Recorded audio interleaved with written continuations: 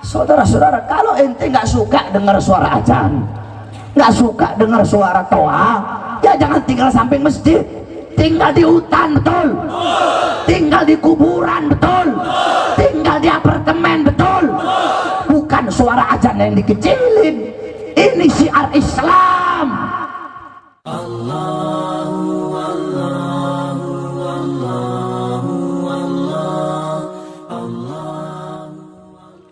Yang terakhir, saudara-saudara, beberapa hari yang lalu pemerintah mengumumkan bahwasanya volume azan nggak boleh kenceng-kenceng. Pemerintah bener apa goblok? Bener apa goblok? Bener apa goblok? Bener apa goblok? Azan panggilan sholat, betul. Azan panggilan sholat, betul. Azan panggilan sholat, betul. Udah tahu asal usulnya azan? Mau diceritain? Panjang. Nggak apa-apa, nggak apa-apa. Biar apa?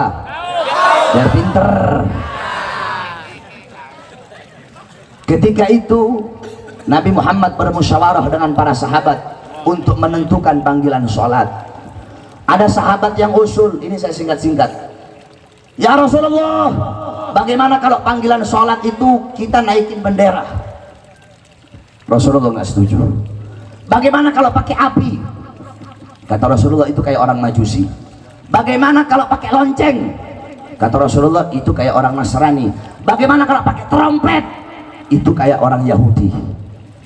Tiba-tiba Abdullah bin Zaid berkata, ya Rasulullah, semalam aku bermimpi ada orang yang berkata, Allahu Akbar, Allahu Akbar, Allahu Akbar, Allahu Akbar, asyhadu an la ilaha illallah, asyhadu an la ilaha illallah, asyhadu anna Muhammadar Rasulullah, asyhadu anna Muhammadar Rasulullah, hayya 'alas shalah, hayya 'alas shalah, hayya 'alal falah, hayya 'alal falah, Allahu akbar, Allahu akbar, la ilaha illallah.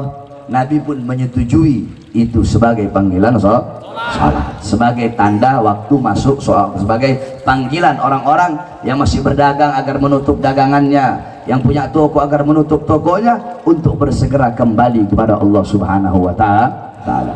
Adapun iqamat, kalau iqamat itu adalah waktu tanda akan segera dilaksanakannya sholat.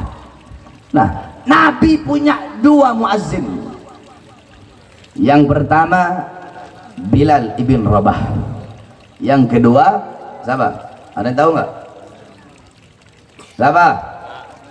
Abdurrahman anak Rahman Mahrus. Yang kedua Ibn Ummi Maktum. Ya, Ibn Ummi Maktum.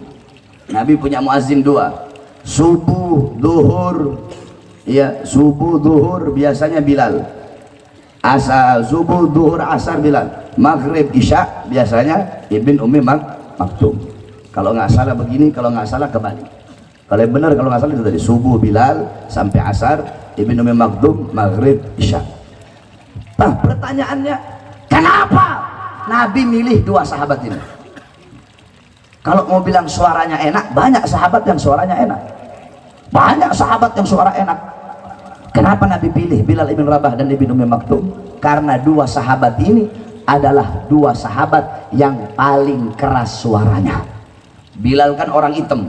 Ya, ini saya punya murid namanya Bilal, orang Ambon. Mana Bilal? Ah, itu orang Ambon tuh, murid saya itu. Nama doang Bilal.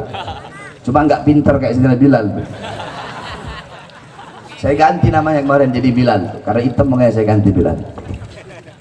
Orang hitam suaranya kencang-kencang. Ah, Nabi pilih Bilal. Kalau mau bilang enak, banyak sahabat suara yang enak. Jadi maksudnya apa? Agar suaranya kencang, agar terdengar oleh orang, agar terdengar di setiap pelosok-pelosok, agar terdengar di telinga-telinga orang yang tidak mau mendengarkan azan. Dari sekian banyak rumah, Nabi pilih rumah yang paling tinggi. Kenapa rumah yang paling tinggi? Jawab. Rumah pendek, tempat kalau pendek sama tempat tinggi, yang lebih kenceng suaranya tempat yang mana? Yang mana? Yang mana? Berarti Nabi memerintahkan itu tanda bahwasanya azan harus kenceng atau pelan? Kenceng atau pelan? Keras atau pelan? Keras atau pelan? Agar suara terdengar. Makanya Nabi pilih rumah yang paling tinggi sebagai tempat azan, saudara-saudara. Udah dikatakan dalam hadis, idza hadaratis shalah falyu'adzin lakum ahadukum. Apabila telah datang waktu salat, maka hendaklah salah satu dari kalian itu melakukan azan untuk sesama kalian. Idza nudiya lis-shalah, ketika ada panggilan salat, ketika ada panggilan salat, maksudnya apa? Ketika azan dikumandangkan, adbar syaitan, setan lari terbirit-birit sampai terkentut-kentut. Itu setan kalau dia dengar suara azan. Berarti kalau yang nggak suka suara azan berarti apa? Kalau yang mau suara azan kecil berarti apa? Kalau pejabatnya suka pengen yang ngecilin volume azan, pejabat apa? Pejabat apa? Pejabat apa? Pejabat apa? Kalau ada ustadz, kiai, habib suka volume azan kecil biar gak kedengeran suaranya, berarti mereka itu siapa? Mereka itu siapa? Mereka itu siapa? Saudara-saudara, kalau ente nggak suka dengar suara azan, nggak suka dengar suara toa, ya jangan tinggal samping masjid, tinggal di hutan, betul? Tinggal di kuburan, betul? Tinggal di apartemen, betul? Bukan suara azan yang dikecilin. Ini syiar Islam.